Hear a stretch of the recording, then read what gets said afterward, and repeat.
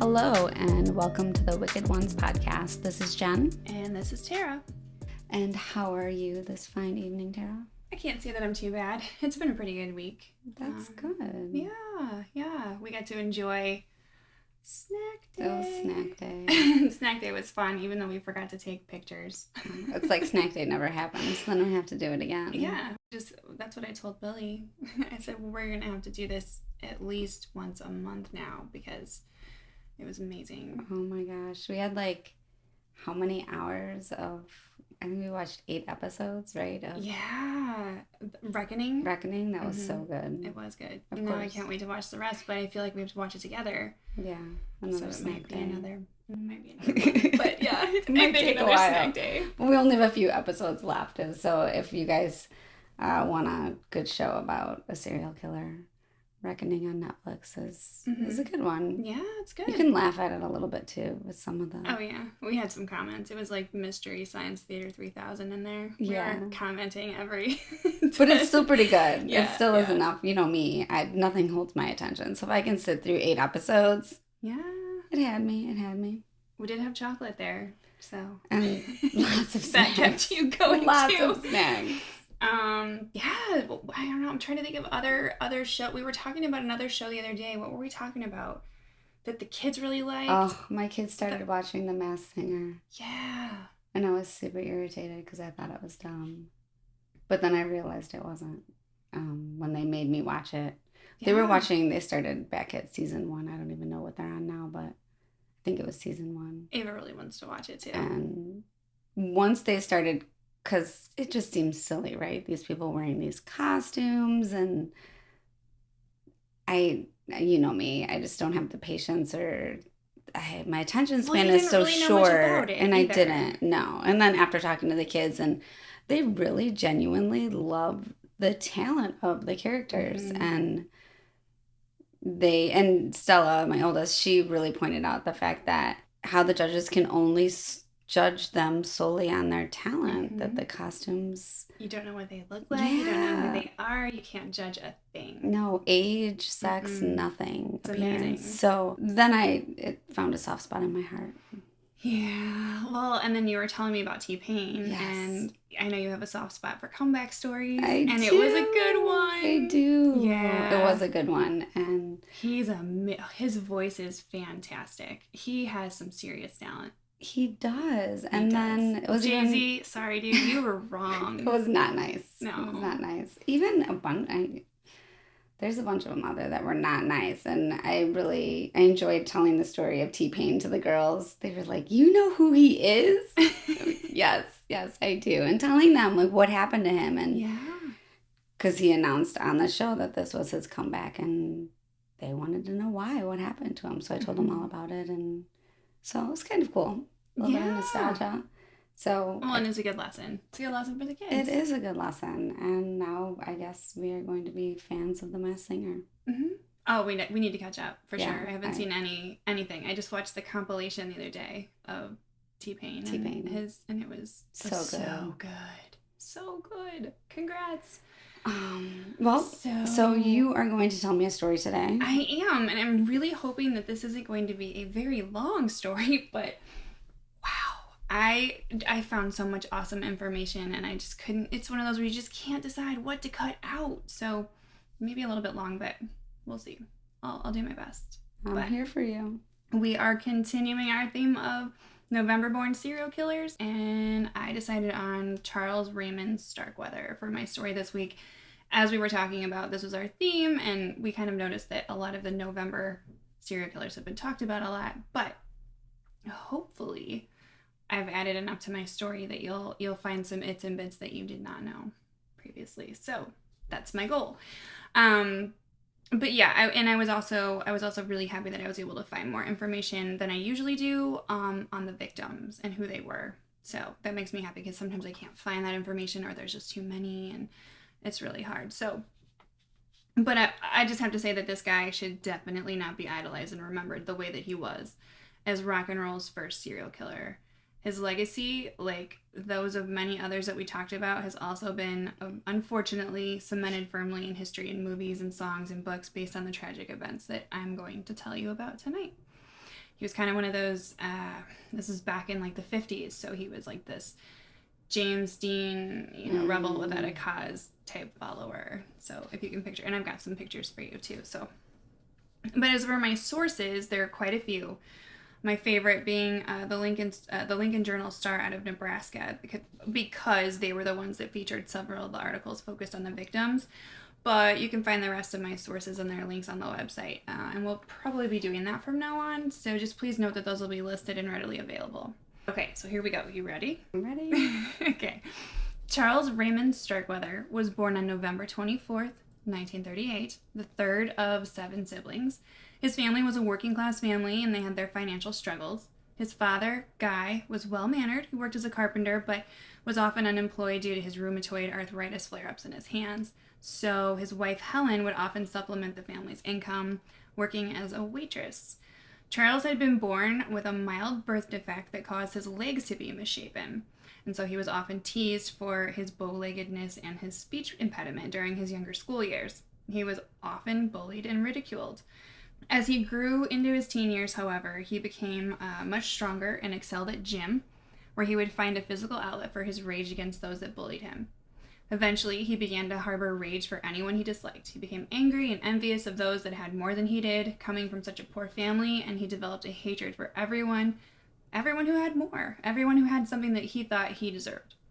And it was said during his teen years that he went from being one of the most well-behaved teenagers in the community to one of the most troubled. His one high school friend, Bob Von Bush, recalled, and this is a quote, "He could be the kindest person you've ever seen. He'd do anything for you if he liked you. He was a hell of a lot of fun to be around, too. Everything was just one big joke to him, but he had this other side.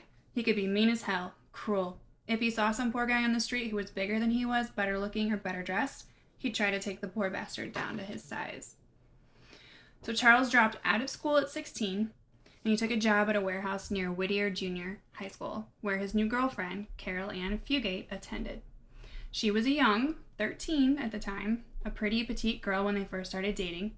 He was actually introduced to her by her older sister they had also previously dated. He started stopping by and visiting Caril Ann daily after work, and one day he tried to teach her how to drive, and she crashed his 1949 Ford into another car. Yikes. Guy, his father, was actually the legal owner, and so he had to pay the damages, and this caused a major argument to ensue, and Charles was ultimately kicked out of the house. Shortly after, he quit his job at the warehouse, and he became a garbage collector on minimum wage. It was at this time that he really started to think that his current situation determined how the rest of his life would look. He decided he wanted to be a criminal, and so he used his time on the garbage routes to scout out homes and plot bank robberies. One source claimed that he would yell, "Go to hell," and other obscenities to strangers and passersby on his route. Sounds like Sheila. Oh my God. He decided that his personal philosophy was this: dead people are all on the same level. What a life philosophy, huh? It's a fact, I guess. I guess it's a fact. I don't know about a philosophy. Late one evening, November 30th, 1957, he went to the local gas station in Lincoln, Nebraska, where he used to hang out, reading comic books and talking cars. He tried to get the gas station attendant, Robert Colbert, to sell him a stuffed animal on credit. Well, Colbert refused. Probably didn't do that. I mean, if you don't have the money, you don't have the money. I don't know. Did they used to do that back then? Did they do credit? I think there were some stores that did credit, but probably not like station. Randomly. No. Mm-hmm. Yeah. Okay, so either way, he refused. He wasn't going to let this guy buy anything in the store. It angered Charles as he wanted to buy a gift for his girlfriend. So he came back in with a shotgun on his last attempt to buy various small items. He probably tried many times to come in and buy this or that or whatever. He returned around 3 a.m. on December 1st, and he held up Colbert for a measly $100 from the register. He then drove him to a remote area where Colbert was injured during a struggle, but ultimately shot in the head and left for dead. Robert was lovingly known as Bobby to many of his friends and family. He was easygoing and always laughing and so much fun to be around. He was so young at 21, just back from serving in the Navy. He had a wife waiting for him at home and a baby girl on the way. So sad.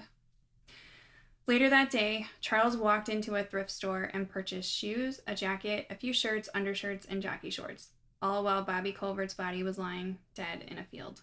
Police suspected that Bobby had been killed by a transient, and their investigation was unfortunately very minimal. But at the time, right? No cameras, 3 a.m. If anyone had seen or heard anything, they would have spoken up, is how I feel about that. So they really didn't have much to go on. Yeah, makes sense. So Charles confessed about the robbery to Caril Ann, but told her that someone else had killed the attendant. Whether she believed him or not, she didn't report him. So fast forward just a bit to January 21st, 1958. This is where it gets a little murky. Charles' story later changes quite a bit, and some believe public opinion could have affected the story as well, so keep that in mind. On this day, Charles went to visit his girlfriend, only to be met with refusal from her parents. They didn't like him and wanted him to stay away from her. She was at school at the time, reportedly. Starkweather would later say that she in fact was home the whole time. A fight broke out, and Charles fatally shot her stepfather, Marion Bartlett, in the head. He also shot and bludgeoned her mother, Velda Bartlett, with his rifle. And then there were conflicting reports of what happened to the 2-year-old half-sister. But it doesn't really matter how she was killed. Just know that she was also brutally murdered.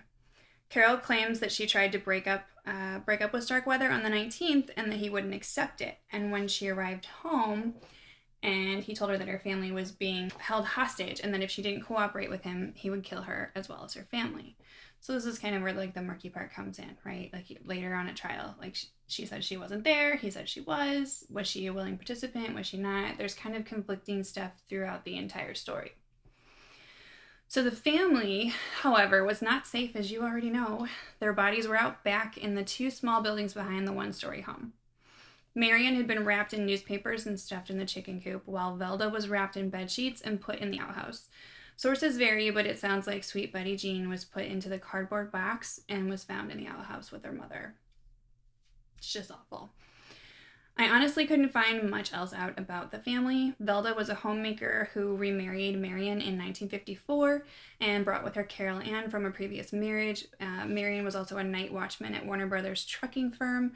And of course, Betty Jean was only a toddler at the time with her whole life ahead of her. According to Starkweather, the 2 lived in the home for a further 6 days. Caril would tell visitors and concerned family members that the whole family was sick with the flu. Caril left a note on the door that stated this as well, and she signed it Miss Bartlett, underlining it twice, and would later claim that it was a signal for help because her mother would have signed it Mrs. Okay, so I don't know if that's, but yeah, that's I've heard this before. I'm curious. Have you? It's a little thin. So, but either way, the grandmother grew suspicious. She called the police, so they left. And they left in Charlie's car, and they drove 15 miles out of town to Bennett, Nebraska, to the farm of the Starkweather's old family friend, August Meyer, on January 27th. When they arrived, their car became stuck in the mud, so they walked the rest of the way to the home on foot. Charles, his brother, and his father used to hunt on this property, right? They were friends with August. He was a quiet, gentle man, a lifelong bachelor. The sweet man offered his horses to the pair to help pull the car out of the mud. And while he led them to the barn, Charles shot him in the back of the head. He also killed his dog, beating him with his shotgun so brutally it caused the gun to break. Caril Ann would claim that it was at this point that she felt it was her only option to continue obeying Starkweather for fear of her own life. They continue on from the farm later that night, walking along the road when 2 local teens stopped and offered them a ride. Robert Jensen, 17, and Carol King, 16, were high school sweethearts. Robert was a cheerful boy and a jokester. He had a rough childhood, surviving polio and several bouts of pneumonia. He lost one of his 2 younger brothers to the illness. His mom would later write in a letter to the Lincoln Star saying, "We watched our son come through all these things with never a word of complaint, only concern for the loved ones who worried over him. He developed into a cheerful, loving young man who saw only the good in people." And Carol was a cheerleader. She was an excellent student. She played volleyball and sang in the choir. She was smart, pretty, and kind. At first, Starkweather was charming, but once inside the car, he flipped the switch. He made Jensen drive to an abandoned storm cellar that was part of an old school building, if I remember one of the articles correctly. They said it was an old school building. So then he forced the couple into the cellar, shooting Robert in the head 6 times before turning to Carol and attempting to rape her, unsuccessfully. And it said this in many different articles as unsuccessfully, but doesn't really say like why. Like she just was fighting and I don't know. Or if he just couldn't. Yeah. I don't know. It didn't say. Could be maybe why he was so angry. I don't know. I feel like that's important. She was then shot in the head as well and stabbed in the abdomen and pubic area repeatedly. Now later, Starkweather would claim that Caril Ann flew into a jealous rage because of Charlie's attention and killed her. Caril Ann maintained that she stayed in the car the entire time. So I want to note here, the small farming community of Bennett was severely impacted by this senseless murder spree. In this small town of 380 people, panic would grip the entire community. People kept loaded guns and rifles close, and they didn't get much sleep. I mean, as you can imagine, right? They went out and they cleaned the stores out of bullets and guns and anything else they could to protect themselves. They were very scared. And then the next day, the junior high class of 8 was now reduced to 6 kids. Can you imagine that? That's crazy. Your class is 8 people. They were like family. Yeah. I didn't know half the people in my class. It was huge. Yeah, me too.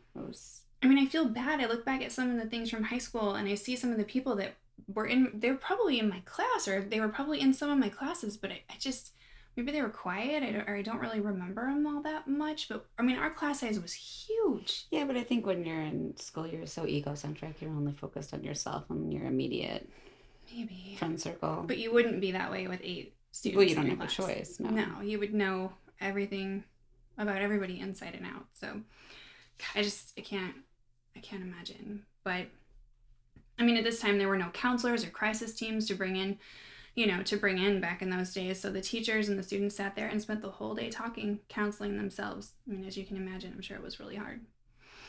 So Charles and Caril Ann fled in Bennett's vehicle and drove to the wealthy country club area of Lincoln, where they broke into the home of C. Lauer Ward and his wife, Clara. Their son, Michael, was away at school at the time, and he was actually Caril Ann's age at 14 as well. The Wards loved to travel. They traveled the world as a family. Mr. Ward ran a successful business, enjoying fishing with friends, and read everything he could get his hands on.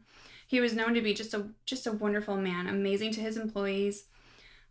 Clara played the piano, volunteered for the junior league, and called her only son Mikey. As they entered the home, Starkweather killed the family dog to keep from alerting the Wards to their presence. This gets murky too, okay? Some say Charles killed the maid, Lillian Fensel, first, tying her up and stabbing her, then waited for the others to arrive home, which Clara arrived first, alone, and was stabbed to death as well. Then Mr. Ward returned later that night, only to be shot and killed. Some sources claim they were both tied up, Clara and the maid, and kept alive for a time. To me, either way, they were brutally murdered, and I guess it doesn't really matter in what order. I mean, nobody's really going to say, right? No, but he stabbed and shot? So he stabbed the woman and shot the man? Yes.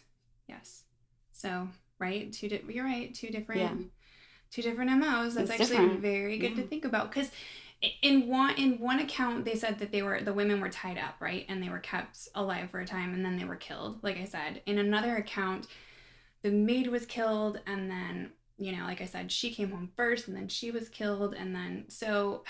Well, there's an extra step of violence. It seems like for women, even her mother was shot and bludgeoned. Mm-hmm.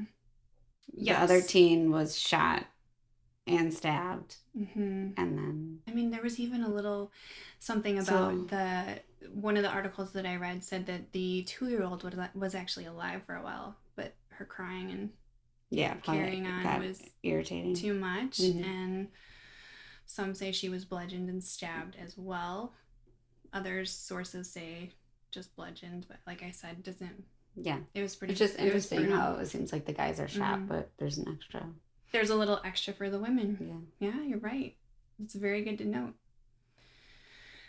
I did find out a little bit of information about Lillian too, so I wanted to share it. The maid, she was said to be timid and sweet. She was a woman that spent half her life working for the Wards. Her nephew would later say they became like her adopted family.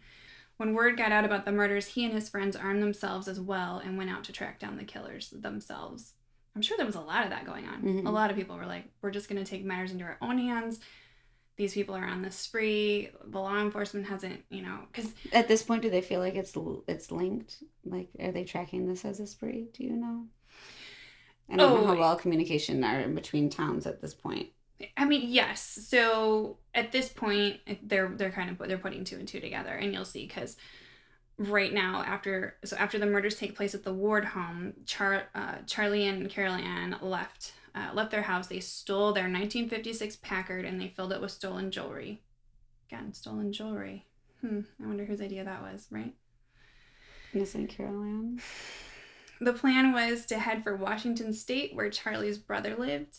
But once the Wards' bodies were discovered, outrage and a huge uproar was caused in Lancaster County. There was a house-by-house search for the fugitives. The governor called in the National Guard, and the Lincoln chief of police called for a black-by-black search as well. So now, yes, everybody's looking for these people. This is something that doesn't happen in this area. Everyone was terrified. When Charles realizes that they know the make and model of the car they're looking for, they start looking for a new one. This is when they come upon Merle Collison. He's a 37-year-old traveling shoe salesman. He was just trying to take a nap. This poor guy was, like a lot of these other people, was just at the wrong place at the wrong time. Merle was a loving husband and father with an infant son at home. He had also been a paratrooper in World War II. Now he's a shoe salesman, and he was basically traveling from his home in Great Falls, Montana, early that Monday morning just to make some calls. Starkweather came upon his vehicle at the side of the road, and after waking the man up, proceeded to order him from the vehicle, but fired a shot into the window, breaking the window, and then he shot the man 9 times. I mean, a lot of this is such overkill, right? Yeah, he's shooting these people in the head, but 6 to 9 times? That's crazy. That's a lot of aggression. A lot. Starkweather later said that his gun actually jammed, and it was Carol Ann that performed the kill shots. He said that she was, and I quote, the most trigger-happy person he had ever met. Fugate would deny later ever killing anyone. The man's car, however, had a parking brake, which was something that Charles was unfamiliar with. He tried to restart the engine unsuccessfully, and what do you know? Yet another good Samaritan stops by to help. I know, all these good people stopping by to help, and this is just, right? This is what we talk about all the time. Joe Sprinkle was his name. I like that. That's a fun name. Sounds like a cartoon. Joe Sprinkle, right? Or like someone that makes donuts. I mean, it sounds delicious. But he was just passing by.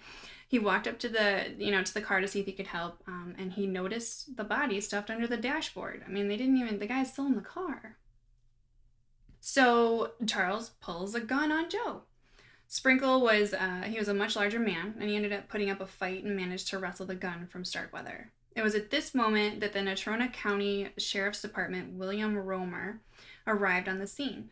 Fugate left the car and ran to him, shouting, "It's Starkweather! He's going to kill me!" She was freaking out, frantic, screaming, acting like she was the hostage in the situation. Was she? So Charles drove off, and a 100-mile-per-hour car chase ensued through the streets of Douglas. A roadblock was immediately set up, but he blew right through it. This is the stuff that movies are made of, right? And Sprinkle's alive. Sprinkles is alive. He was, he was much bigger than Charles, so he was able to wrestle. And I'm sorry, I go back and forth between Charles and Charlie. I don't know. I guess my brain just wants to say one or another. I guess you're not confused, I'm sure. So then officers start firing shots at the vehicle. They busted out the back glass, which caused Charlie to immediately slam on the brakes and surrender. The flying glass from the back actually nicks his ear, causing it to bleed, and he thought in that moment that he was shot. And I thought this was kind of funny. County Sheriff Earl Heflin said, and I quote, "He thought he was bleeding to death. That's why he stopped. That's the kind of yellow son of a bitch he is." He's basically just a coward to everyone. Yeah. And he was. So the Wyoming DA agreed to defer the case to Nebraska prosecutors, even though Governor Simpson, as anti-death penalty as he was, agreed to sign the extradition papers, returning him to a state that he knew had no issue at all with the death penalty. So on January 31st, 1958, the trial began. Against Charles's wishes, the defense tried for insanity. So I think I remember reading somewhere that he didn't want anybody to think that he was stupid or insane or dumb. He didn't want that, he wanted to be this cool criminal, like he was famous. He knew that this was a big deal. So he didn't want anything to kill. detract from that. Yeah. So, however, the jury didn't buy it. On May 23rd, 1958, he was found guilty and sentenced to death for the murder of Robert Jensen. So they only tried him for that. That was it. But that was enough. He was executed in the electric chair on June 25th, 1959, at the age of 20, and he gave no last words. I was trying to find this because I wanted to say that I read somewhere else that he was the last person to be executed in Nebraska. I feel like that's kind of been a theme in some of our... He was the last person. I know. Or they just missed it. Yeah. So, yeah, I'm pretty sure he was the last one. But don't quote me on that. I feel like I read that. Okay, so now let's talk about Caril Ann. At first, Charles said he kidnapped Caril Ann and said she had nothing to do with the murders. He said she was my hostage, right? But his story changed several times. He testifies at her trial saying that she was in fact a willing participant. As I noted throughout the story, some of those things came up at trial. Caril Ann Fugate always maintained that she was nothing more than a hostage and was unaware that her family was already dead, and that she obeyed him to keep them safe. But this gets conflicting as hell, because other sources talked about how she was in such a state of shock after surrender that she was sedated in the jail and she cried for her mother, wondering why she wasn't allowed to call home. The officer who shut out the car window, County Sheriff Earl Heflin that I mentioned earlier, initially believed that she was innocent. On the day that Charles was sent back to Nebraska, they informed her of the death of her family, and it was reported that she broke down. So he thought, this girl's innocent. She truly didn't know.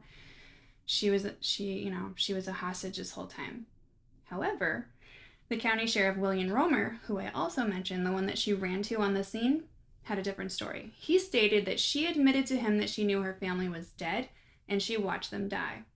And Earl Heflin backed this up by saying that when she was in custody, she had a clipping in her pocket of her family's murders. She was then charged with the murders. Yay! Mm-hmm. So Starkweather also changed his story at this time, as I mentioned, saying that she was a willing participant, and when her trial began, he testified against her. She also became the youngest female in the U.S. history to be charged with first-degree murder. I mean, 14.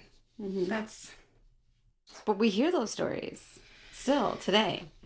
We do. Boyfriends and their girlfriends, like, killing her family. It's not uncommon. No, but I think back then it was, or at least it was just uncommon for this entire spree to be happening. Because I don't think that even family annihilations were all that uncommon either. Like, I feel like we're hearing about these more and more. But one article that I read talked about how this one guy was remembering reading about this case and this trial and thinking that it was similar to some of the other things that he had read about, where one was a family annihilator who murdered his whole family and then killed himself in the basement. This was like right around that time. And another one was like a housewife who went crazy and did like God knows what. And so I kind of skimmed through that article, but I remember thinking like, we thought this was happening then, but maybe it wasn't reported on as much. Don't you feel like it's just been like more of a thing recently? Like, we've talked about it a lot more recently. I do think it's been more of a thing recently, but I feel like it might be a certain type now. Maybe that's why. It seems like the family annihilator has a lot, all of them have a lot in common. Mm-hmm. Agreed. So I think it's almost just, like there's a profile for that type it's of just person. different, I think. But I mean, all of the reading I've done, I've heard of both men and women killing their entire families and moving to other countries, or I mean, even way back when. Yeah, no. It was really common in the military too. Yeah. I mean, I just think it was this putting it together, and I think it was just this town at this time in this area was felt like a pretty safe place to be to everyone, that lived there. So this was just this shock to everyone, not just Nebraska, but the whole nation. This was obviously a very big deal, but totally lost my train of thought of where I was going with that. So I'm just going to keep going. But Caril Ann was convicted as an accomplice. The judge said that she had multiple opportunities to escape. They sentenced her to life in prison. However, she was paroled in 1976 after serving only 17 and a half years. She was said to have been a model prisoner, and after leaving Nebraska for Michigan, one source said that she was taken in by a young couple who befriended her in jail after seeing a TV special on her story. So they reached out to her and apparently wanted to give her a place to stay, which seems a little And why strange. didn't she get the death penalty? She didn't get the death penalty because of her age, I believe. Okay. And I read that in one source, but I didn't put it in there, sorry. No, but it makes sense. I figured it was either that or I know a lot of times they didn't give females the death penalty. Yeah, I think it might have been a little bit of a combination, but now I need to look and probably correct that in my next story just so that I'm saying it correctly. I read it somewhere and then I didn't put it in here and now I don't want to tell you wrong because I had like 28 different things that I was looking at and I had to narrow my sources down. So you know how that is when you're looking for one specific thing and it's buried. So she has also since been married in 2007, and unfortunately in 2013 she and her husband were involved in a single vehicle accident. Her husband was killed, however she survived with serious injuries and continues to live in Michigan today under the name Caril and Claire. In February of this year, actually 2020, she tried a second time for a pardon. So apparently this was her second pardon. I didn't write down when her first one was, but Nebraska's pardons board refused. The board voted 3-0, a hard no, and denied her application. So Claire, now 76, she wrote in her pardon, or her application for the pardon, that the perception that she knowingly and willingly participated in this murder spree is just, and I quote, too much for me to bear anymore. She said that, and I quote, receiving a pardon may somehow alleviate this terrible burden. She was denied. Despite having an ally in the granddaughter of the Wards, the Ward's granddaughter was convinced that Caril Ann was innocent after researching her grandparents' murders. However, and on the flip side, Dave Ellis, a relative of another victim, Carol King, was not convinced. He said that the wounds his cousin suffered, the partial mutilation that she suffered, pointed to female rage.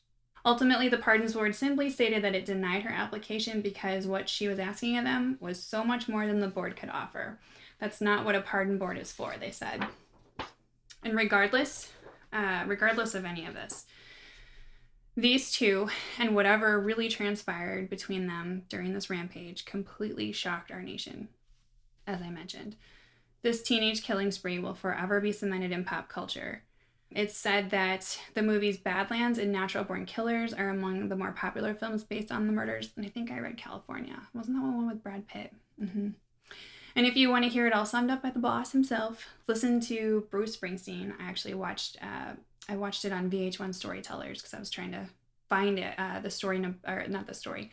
the song Nebraska. He wrote that based on Starkweather's point of view of the events that occurred, and it's chilling and it's really sad when you know the story, when you know the whole story. So yeah, but that is the story that I have for you. And what do you think? Do you think she... Oh, I absolutely think she's guilty. Yeah.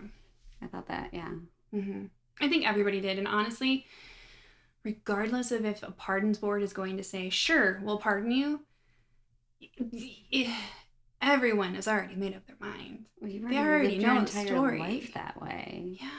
So nothing's going to change. Nothing's going to change now. I mean, unless she just herself wants to be relieved of the guilt. It doesn't matter what anyone says at this point.